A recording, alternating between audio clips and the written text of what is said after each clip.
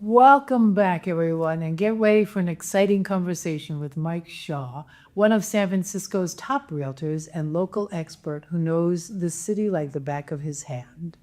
With over 29 years of experience and more than $1 billion in sales, Mike, alongside with his partner Bernie Katzman, has mastered the competitive San Francisco real estate market. In today's interview, Mike shares the keys to thriving in this fast-paced market and how his team goes above and beyond to make every transaction seamless. Whether you're buying your first home or making a big investment, Mike and Bernie's expertise will give you the edge you need. Stay tuned for a behind-the-scenes look at what makes their dynamic team one of the best in the business. You won't want to miss this. So welcome, Mike, and welcome. Thank you, Paula. I'm really happy to be here. Oh, I'm so happy to have you here. Fantastic. Thank you for joining us today. Yeah, well, of course, we've worked together for a number of years now. I don't know, I guess it's at least 10, maybe a little bit more, but not important. But I know you've been partners with Bernie. Bernie Katzman is one of our leading icons in San Francisco real estate, and together about 15 years now, right? That's right. Yeah, Bernie and I have fantastic partnership and best friendship. One of the things that I had a client of mine tell me who was a consultant, he said early on, if you think a successful business partnership is anything other than a marriage without sex, get out now, right? Because you're going to, you have to be able to finish each other's sentences. And I had been working with other agents over the years in my 29 years. And every now and then I worked with Bernie on a deal. And one day he sat me down at lunch and said, "Hey, I've never had a partner. I've been doing this for years and years and years. And I think you and I would work really well together." Yeah. And I remember a good friend of mine who was also a client of Bernie saying, "Mike, you didn't get the golden egg, you got the goose." And he was absolutely right, because what I learned from Bernie over these years has been invaluable. And I think one of the things that makes our partnership so great is that we are very different people.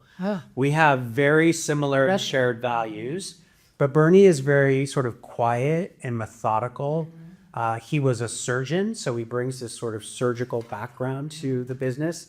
And I'm much more sort of gregarious and outgoing.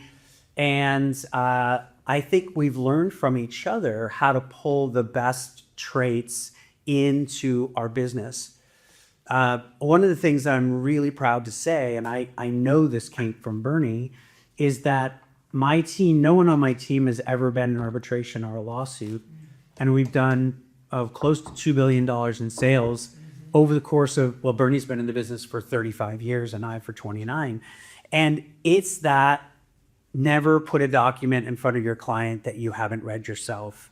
It's making sure that you double and triple check your work, that all the I's are dotted and the T's are crossed. And, it's not the glamorous part of real estate. It's not what makes real estate fun. No, they don't show that on $1 million listing, right?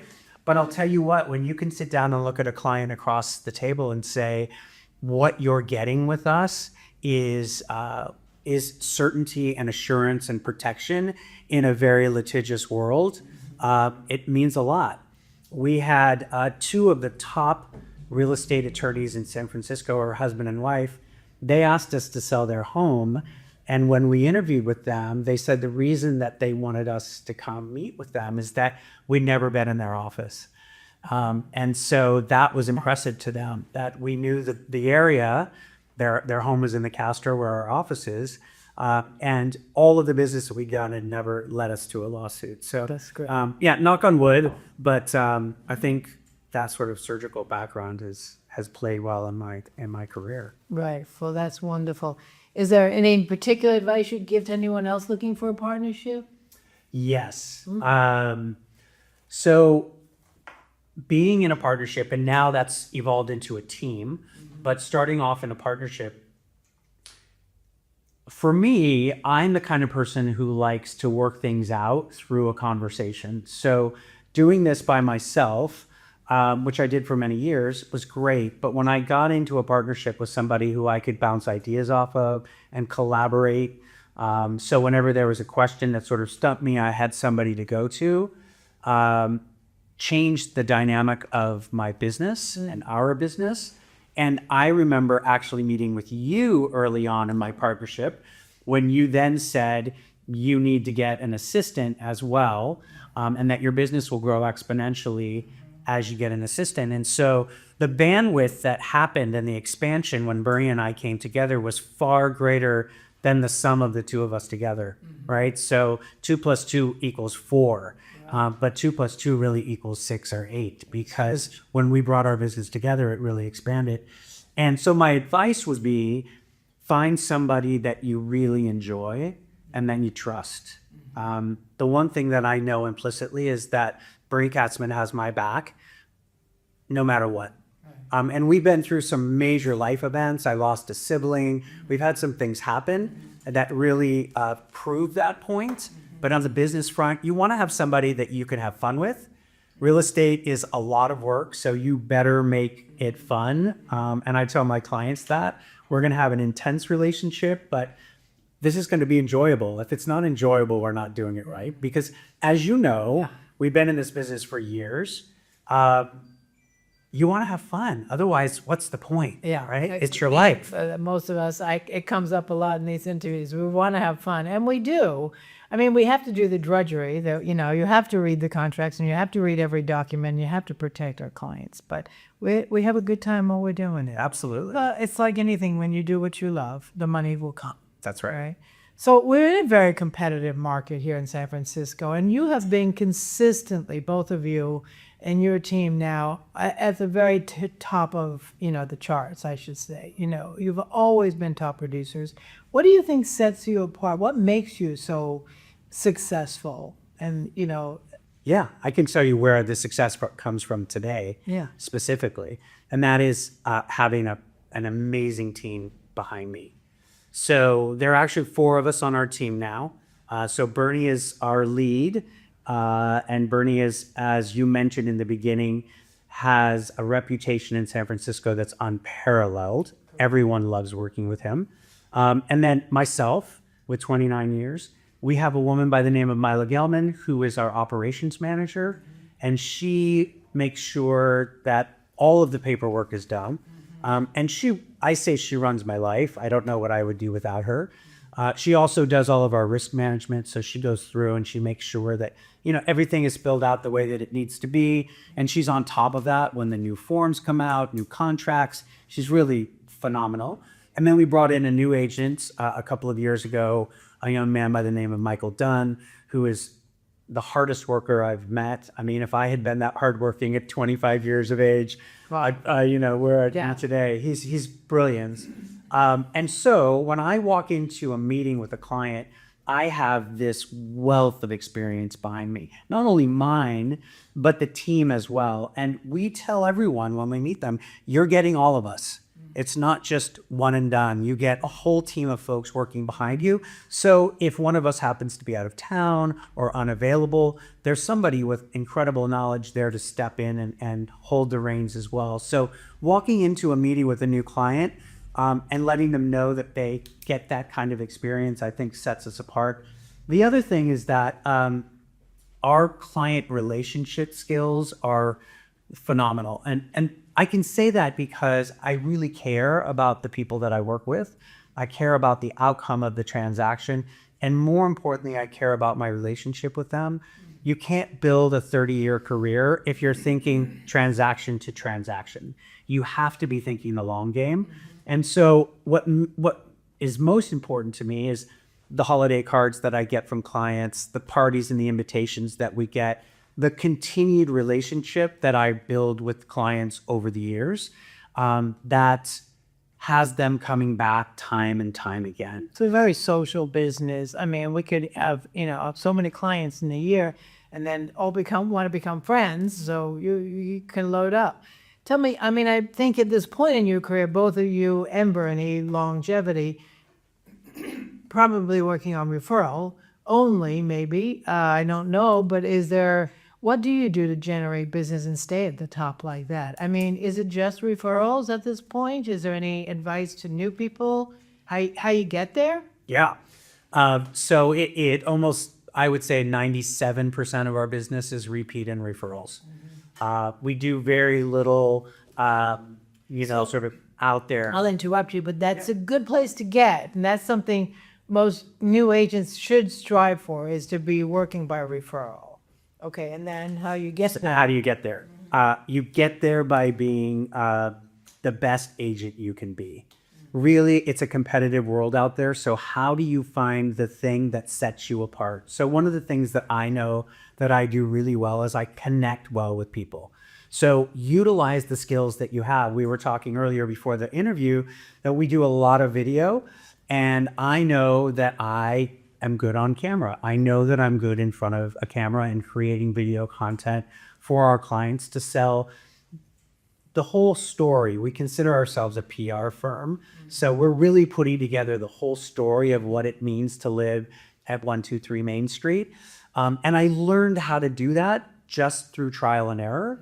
And then I found out that I was good at it, and I decided to lean in. The other thing that I'm good at is creating relationships with our clients. And it's because I actually want to do it. If you're not a people person, it's a tough business. It's really tough, right? Yeah, it's not the right business, probably. The other thing that I've learned over the years is how to say no. So I am not afraid to tell a client that, or a person, I should say, that sits down and presents as difficult off the bat, that we may not be the right fit. Because that frees you up for all of the energy that you could put into the folks who want to appreciate you and want to work with you. We've all spent countless hours and amazing amounts of energy on a relationship that should never have been there in the first place. And I have to say, longevity gives you that freedom, right? In the beginning, when you're new and you're hungry and you're looking for that, it's hard to say no. But I learned that being able to say no in the right places is incredibly beneficial to your business. So I would agree with that. Yeah. And then did you do a lot of, like, how do you do your marketing? Is it all, so I know you did American Dream. Would you tell us what that was? Sure. So the American Dream TV it's a marketing tool.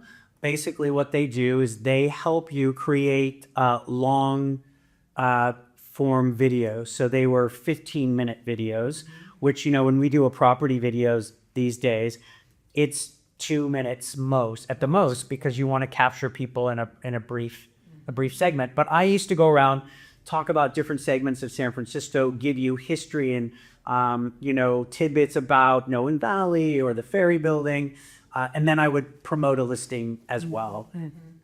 So that was the American Dream. Then they edit it all for you, and they give you this finished product, and they put it up on their website. And in some markets, they show it on cable TV shows and things like that. So you sort of have all of that behind you. But what it really taught me was that video is the way that we're going in this business. And so getting on top of that was really important for you. So that, and then in terms of what I did to build business over the years, I'd say getting a coach was really important for me early on, learning that I didn't know what I didn't know. And so having people open my mind to different ways of approaching the business was really important to me. I learned how to ask for what I want, how to ask for the commission that you want, and state your case in a way that is not forceful, but connects with people, and really to sell your value in a way that I would not have been able to do without a coach. So I learned that. And then learning how to create a plan and follow that plan, something that you teach, is really important. And in the beginning, there's nobody to tell you what to do or how to do it. And so you hope that you get with a company that's going to put together a plan to help you with that. And then you have to figure out what works for you, and you have to stick to it. I go to the office 29 years in. I go to the office 5 days a week. I show up, go to the office, I get dressed. Exactly. You're ready for business. That's right. I treat this as the career that it is. It's not a part-time job. I had an assistant that's no longer with me. And I remember saying to him, you know, it might not be right. It might not be healthy, but what we do is work. And when we're done working, we work some more. And then take a really nice vacation. Right. Yeah. Or treat yourself to something. But You also said something to me early on, which was you always want to be planning your next vacation, which I thought's a really good and for someone else, because I remember, brand new, and this guy comes strolling into, the office from vacation, and he was sitting behind me, and he picked up the phone and he was booking a vacation, and I turned around and I looked at him and I go, "You just got home." He goes, "Girl, you don't know anything." He said, "You got to always keep a trip planned in order to have business." That's right. And, God scouts on it. It is the truth. The minute you go out of town, that phone starts ringing. So anyone listening, this is a really good tip. Plan a vacation. That's right. Yeah, and I forgot about that. There's so much that we forget. Absolutely. I love to travel. So if that's my passion, I need to fund that. Yeah, you need to fund it. So start to work. Exactly. Go to Eric. Yeah. Get out of work. Yeah. So it's really interesting and great that you're having a great life. I mean, this is the one benefit of real estate. The first 5 years are the hardest. The second 5 years you start to coast through, and then you start to have a really great life. That's because you know what you're doing, and then hopefully, if you've been doing it right, the money is flowing and you're set. So that's really nice. Let's talk about the evolving, dynamics of real estate. Okay. Our industry is changing. Yep. And it's changed. When I started, and Bernie started, probably before you, we had MLS books. I don't know if you remember those. I do remember the books. I also remember fax machines. Fax machines. We had, copies in triplicates, contracts in triplicates. They were only a couple of pages in those days. So now we're fast forward. We've got Zillow and Trulia and everybody else. And, the world is still changing. How are you adapting? What do you think is the future? How do you do business in this changing world? Yeah. So my first piece of advice is do what you do well and keep doing it, right? Don't try to do all the new stuff. That's right. Because I'm almost 60 and every day there are new apps and all of it, right? And the key is, how do you sell? So I sell the value of longevity when I'm selling myself in real estate. Is like, look at the experience you get. Right. How do you combine that in a way that's fresh and new? Because a young person doesn't want an old person selling real estate for them. They want someone who's dynamic, who happens to have a lot of experience, right? So the idea is, how do you stay current? So for me, that means reading everything I can, understanding what's going on with the industry, but most importantly, understanding who my clients are and what's important to them. So yes, there are technologies that are changing. AI is coming in, in a fury, and I do use it, but probably not the way young people the way a 60-year-old would use it. I'm guilty. I get it. But what I do understand is that a 25-year-old and a 55-year-old have a different set of understandings and values. And so how do I meet them where they are? Because what we want when we hire a professional for the largest transaction of our lives is that professional is going to meet me where I am and understand my needs and my wants. And so that means that I have to stay current and work with people of all ages and really make sure that I don't get stuck in sort of a repetitive rut of what I know. Because I could coast at this point, but I also don't find that to be very challenging or exciting or fun. It's so boring. Exactly.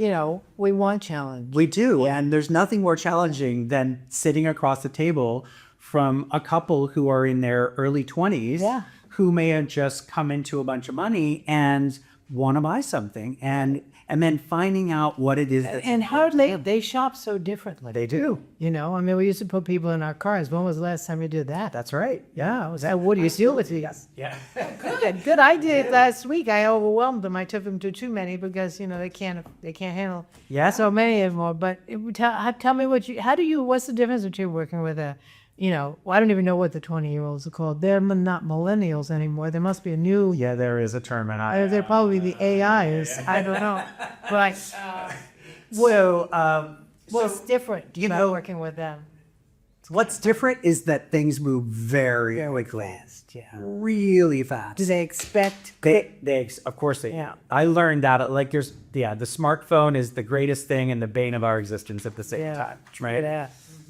We used to remember this, you'd say in your voicemail, I'll call you back between 4 and 5 in the afternoon. Boundaries. Those days are gone. Yeah. And so really the only time I get time off is when I leave the country, when I go on a trip. Interesting. Otherwise, everyone expects a text reply soon. And young folks want it right away. So what I do is just for sanity, I do set up boundaries with them early on. Unless it's important, 8 o'clock is my cutoff, 8 p.m. is my cutoff. If we're writing an offer, I'll stay up all night with you. Right? But otherwise, I'll probably get back to you in the morning. I'm an early riser. I'll hit you up before I go to the gym, etc. So setting boundaries, but understanding so I sit down with them and I say, how would you like me to communicate with you? Good question. Right? That is key. Yeah. There's not, if somebody wants to be called, and usually it's the older clients who want to have a phone conversation. Some of my younger clients never pick up the phone and they don't want to talk on the phone. And so what I'll do is I'll make sure that we get together in person because you can only do so much via text messages. Totally. And this is a big transaction. And I try to impress upon them that it's really important. Or I'll sort of skirt it by setting up a Zoom call with them. Okay, we won't talk on the phone, but how about if I set a Zoom call with them? Okay, I'll do that. Oh, okay. So they were used to it since the pandemic. Exactly. Yeah, exactly. So you try to find out what works for them and meet them where they are. And then for your own sanity, make sure that you know how to set up some boundaries. So it's, it's reasonable. Still, boundaries are important in this industry because we could work 24 hours a day. That's right. I mean, there's always something to do. It seems crazy, but, there's just so much to do. Either you're reading or writing and disclosures, and there's a lot. So you still go out and show property and put people in your car? Absolutely. Yeah. I say to buyers, we'll start by looking online. And then what I want to do is get in the car. And the reason that I do that is that one of the ways that I sell value is by showing them how I look at a property, which is different from the way they look at a property. Right. So I always say to them, we're going to start with the plumbing, right? I want you to look at the kitchen and the bathroom and the light fixtures and the moldings. And I'm going to look at the plumbing and the electrical and the foundation and the dry rot. And I would rather talk you out of a house than talk you into one. That's just the way that we operate. This transaction is not what's important. This is what's important, right? So if this isn't the right house for you, let's find you the one that is. And even though you may think this is the right house, let's really look at the bones and determine what the future cost of this home may be down the road to you that you may not see when you walk in. I can bring in a contractor and help you do your kitchen for X, but if you have to redo the whole foundation, why? It's going to be why, and it's not the sexy, pretty, fun stuff, right? Everybody expects that. The foundation should be there. But So the only way that I know that they understand that is to be there with them and walk them through the house. And then you can see when somebody lights up in a room, you can't do that. feeling is the best. It is.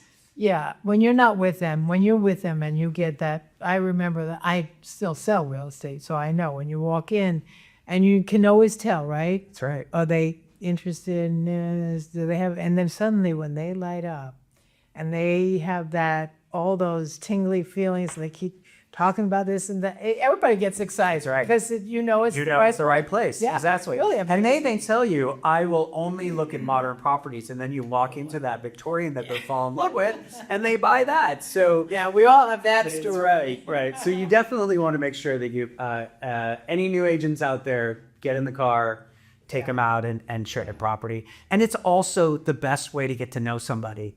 If you're in a car with them for 4 hours, by the end of that trip, you know about their family, you know what excites them, what they do after work. If you're a good agent, you know that. It sounds like you are because you know all that. That's true. I mean, you're with someone, you want to know this is a life altering experience by listening, selling real estate, really. That's right. Because people are trusting you with the biggest asset, like you said it earlier, the biggest asset, most of them, of their lives. You know, and in San Francisco, that's not insignificant. I mean, you can buy a studio for $500,000. That's right. And then you go up from there. So, you know, you want to know that who they are and how they operate and how's their family and where is their family. And, you know, we get very personal with people.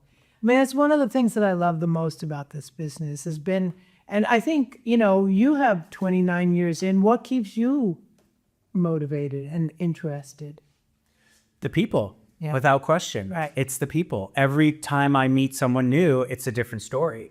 And they're fascinating. It's fascinating. I've had the most amazing clients with the most amazing stories.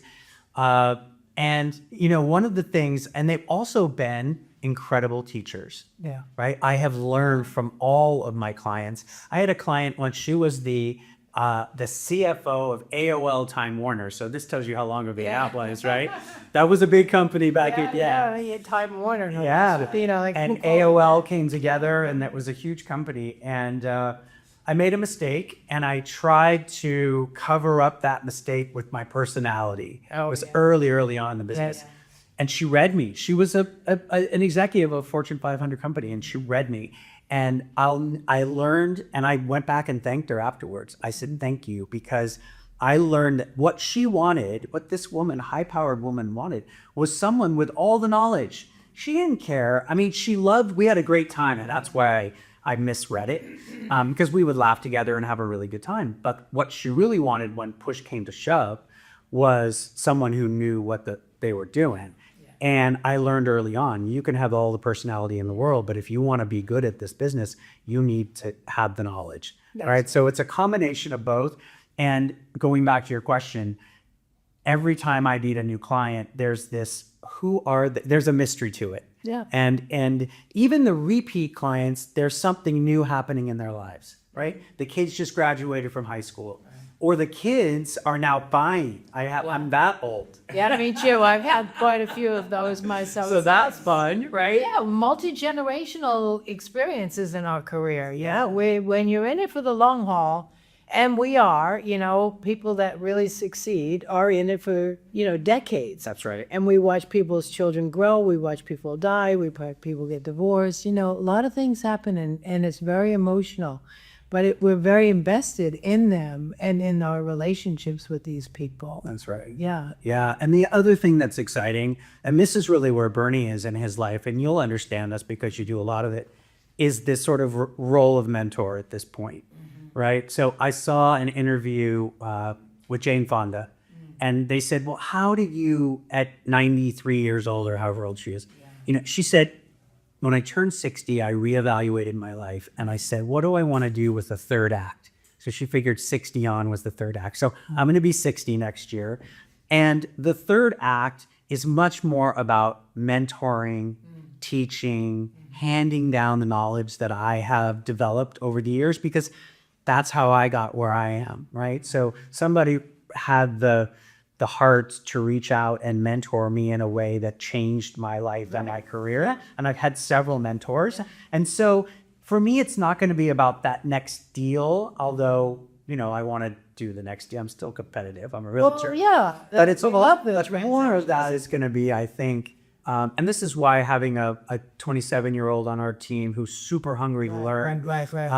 and to be able to say to him, which I said early on, I said, if you play your cards right, we're going to hand this to you. Yeah. You know, we're going to hand this to you, and that feels really good. You know, there's some legacy there. Well, let's talk about that real quick. Do you sell your business or do you hand it to someone? You said hand it, and I have my own feelings about it, and I can coach on that, but I really want to know what your thoughts are on that, because there's a legacy, of course, and there's also a business.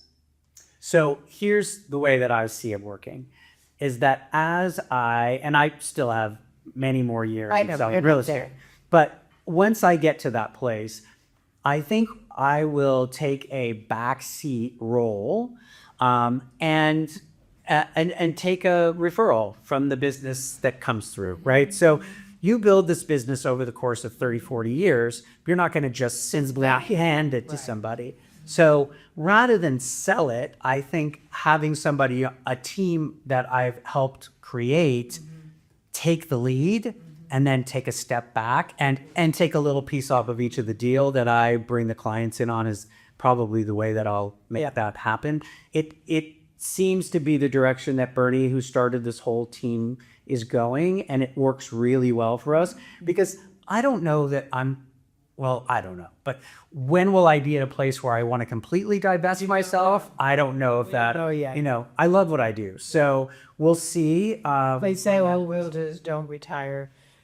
I know a lot of great realtors in their 70s that are doing a bang. 80s. I know In the 80s. in their 80s, but there's a point at which you really do want to take the back seat. Sure. And there is it is a piece that I don't talk about yet this is the first time it's come up, and I think it's a good one to, put on the table, because there is a business, and some people move far away, and I've seen it over my career. They move from San Francisco to maybe Atlanta or to North Carolina, who knows? Portugal. Right, Portugal.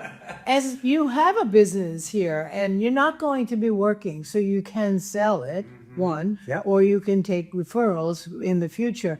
It's tricky, because I think unless you have team members that you have groomed and you have grown, just like Bernie did with you and you're doing with Michael, for example, then you have more trust in just taking referrals. Whereas if you're leaving and you're not going to be part of it and you didn't have a team member, maybe it is more beneficial to sell it. Yeah, I hadn't thought about that, but yeah. Well, it's a thing, because I've known agents who have sold their business, and it's smart, but a lot of agents just sort of fizzle out and leave it. And I think that's the point that I want to bring up, is that I think it's really important to think about the longevity and the next phase. Yeah, Yeah. absolutely. Yeah. Well, it's been wonderful to sit with you and Absolutely. visit with you. I love your energy and I love all your knowledge, and you're just a rock star, in my opinion. Well, thank you, Paul. And you have been a very important part of my business and I didn't even know that. real estate. Oh, absolutely. That's so sweet. Thank you. Well, we love working together, and we will continue for another decade, I'm sure. Let's do it. All right. All right. Thanks, Paula. Take care. Thank you.